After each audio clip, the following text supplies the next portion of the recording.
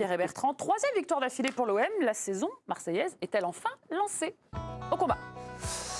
Pour moi, oui, ils sont sur 3 victoires d'affilée, c'est vrai, mais je trouve aussi qu'ils ont trouvé un schéma qui leur va très bien. Ce 3-5-2 avec Aubameyang et Vitinha, je trouve très complémentaire. Je trouve que les joueurs qui sont utilisés sur les côtés est complètement ce qui colle aux caractéristiques de ces joueurs de côté. Et je me rappelle de pas mal de situations où Gigot partait un peu dans tous les sens pour aller presser, ce qui libérait complètement l'axe. Et là, du coup, c'est renforcé étant donné qu'ils sont 3. Et je trouve que l'effectif qu'a le coach à sa disposition est complètement fait pour ce système. Alors, il n'y a pas que le système. Avant, mais bon. Non, mais il y a pas. Peut-être qu'il fallait le faire avant aussi, mais je trouve que aussi avec les échéances qui vont arriver, ils vont jouer contre des équipes qui sont en difficulté. Je pense à Lorient, je pense à Clermont, il y a Brighton qui va arriver. Quoi de mieux d'être sur cette dynamique-là de 3 victoires consécutives pour continuer d'enchaîner contre des équipes qui sont dans le bas du classement. Moi, je les vois clairement dans le top 5 à la fin 2023, donc voilà, je suis assez optimiste. Ça m'a valu des tours récemment, mais bon. Mais tu continues, Bien donc sûr. c'est bien. Si on prend un peu de recul par rapport aux 3 matchs que nous venons de voir, effectivement la dynamique est bonne, ça paraît incontestable, donc c'est très bien et tant mieux pour les Marseillais. En revanche, tu as un succès tombé du ciel face à l'Ajax à 11 contre 10 avec un gardien qui te file un but.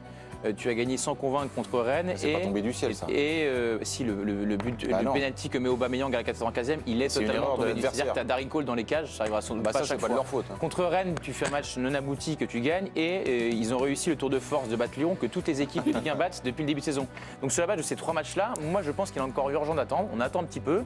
Ça me semble prématuré de dire que la saison est lancée sur la base de ces 3 rencontres-là. Pour ce qui est du système, ça m'a plu, mais encore une fois, c'est un match. Non, mais la contre saison est Lyon. lancée. La saison est Donc, forcément on attend lancée un à partir du moment où tu as 3 victoires d'affilée. Mais non, pas Pour forcément. la première fois de la saison. Non, mais toi, tu nous l'as dit 10 fois que la saison était lancée. Donc à un moment donné, tu finiras par avoir raison. Et comme toi qui dis que les coachs vont partir et puis à un moment donné ils sont virés. Ça c'est normal ça. Mais plus vite que toi, tu ne le penses à chaque fois. Ça c'est faux. Bah si, c'est vrai. Allez, un petit choc au sommet qui se finit comme ça, c'est pas mal. On vote maintenant avec nos petits panneaux, Team Boubi, Team Latour. Tiens, il n'y a pas de Latour à moustache aujourd'hui? Ou c'est parce que les autres votent pour Boubi? Il est là. Il est là, la moustache. Tu l'as gardé. Une voix Boubi, 2 voix Boubi, une voix Latour, dis donc. Oui, je suis assez d'accord avec Bertrand. Tu vois Pourquoi qu'être Parce d'accord que- avec moi ça porte pas ses fruits depuis un parce que- moment. là. non, mais C'est pas, depuis que ça pas perd vrai, les parce quiz, que- hein, il est en train de... J'ai cru que j'ai eu peur d'autre chose. Parce que hier l'Olympique de Marseille l'emporte contre Percé, Lyon, quoi. mais ils ont joué contre personne. Donc c'est dur de tirer des enseignements après cette rencontre face à l'Olympique Lyonnais qui est dernier au classement, qui n'a rien montré hier. On a interrogé Gennaro Gattuso à la suite du match pour savoir si l'Olympique de Marseille était guéri après ces 3 victoires consécutives. Ah ben lui, il tempère un petit peu, il ne veut pas s'enflammer. Écoutez-le au micro de Nicolas Chebriand. Il y a une semaine, on était au fond du trou. Une semaine après, tout le monde va commencer à s'enflammer. Il faut rester les pieds sur terre. Ça nous permet de respirer, mais on n'a encore rien fait. On a mangé notre pain noir, mais on doit continuer à travailler. J'ai dit à mon équipe qu'il ne fallait pas oublier par quoi on était passé. Voilà les propos du coach marseillais qui tempère un petit peu l'envolée. Qui vote la tour lui aussi. Donc, Visiblement. il est au club. Qui est dans son rôle. Bruce, simplement. Team Boubi, pour toi, tout va mieux.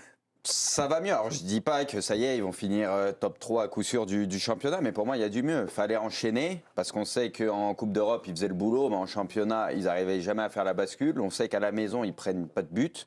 Et moi, j'ai vu aussi des joueurs contents.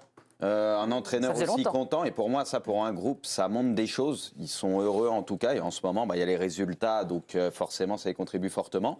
Et puis Gattuso a fait des choix intéressants tactiquement. On a vu aussi la doublette devant qui a très bien fonctionné. Donc j'ai l'impression qu'il est en train de se passer quelque chose et de se créer quelque chose. Et comme le disait Pierre, il y a aussi des matchs qui arrivent qui sont quand même bien à la portée de Marseille. Donc cette série peut se prolonger. Et du coup, là, on pourra parler de vraie dynamique. Avant d'aller voir Séverine, qui a aussi d'excellents arguments, mais je voudrais qu'on aille voir quelqu'un qui a assisté au match d'un petit peu plus près que nous. C'est Giovanni Castaldi, toujours en direct de Marseille, où la nuit est tombée et où il est fait de plus en plus froid, visiblement, si je vois l'état de son nez.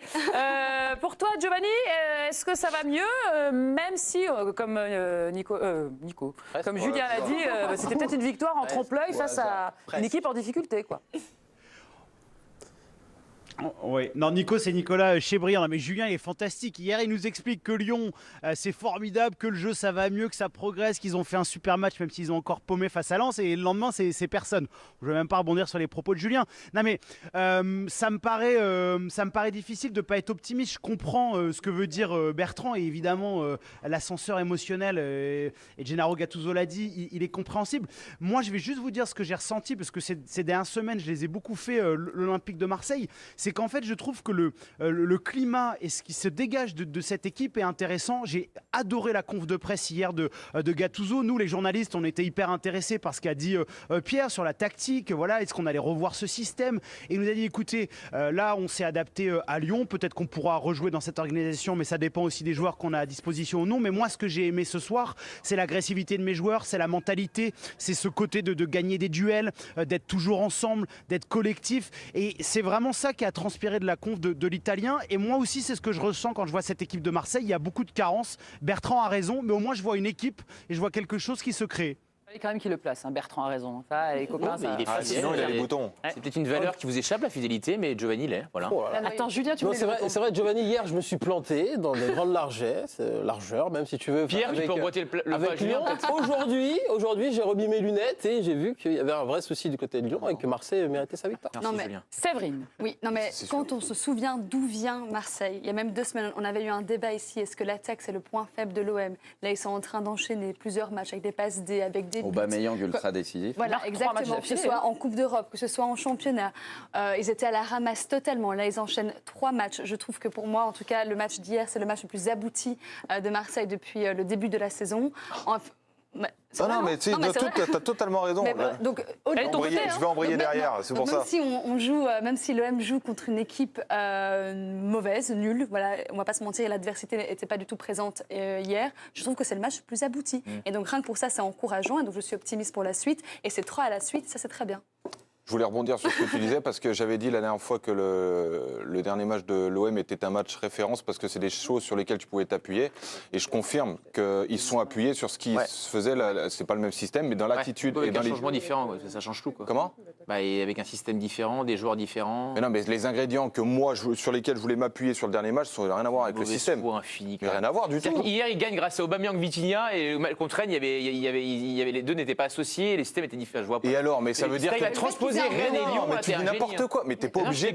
Mais t'es pas obligé. Mais alors écoute bien ce que je dis parce que je te parle juste d'attitude, je te parle juste de déplacement, je te parle de bloc. Le bloc, tu peux jouer en 4-4-2 ou en 3-5-2. S'il fait 30 mètres au lieu de faire 60, ce qu'a fait Lyon hier, tu peux courir dans tous les sens. Cacré hier, il a fait 17 000 km parce qu'il était tout seul. Il y avait 60 mètres entre les lignes. Vous me parlez d'Aubameyang qui revient peut-être à un niveau en tout cas meilleur, qui marque sur 3 matchs d'affilée. Vitinha aussi a beaucoup marqué Giovanni Castaldi visiblement. Oui. Merci à lui, il a fait un bon match. Oui, pour le coup, France, parce que, bon, effectivement, c'est un joueur qui a coûté pas mal d'argent. Il a été souvent décrié à Marseille, c'est normal, et c'est un joueur qui est encore imparfait.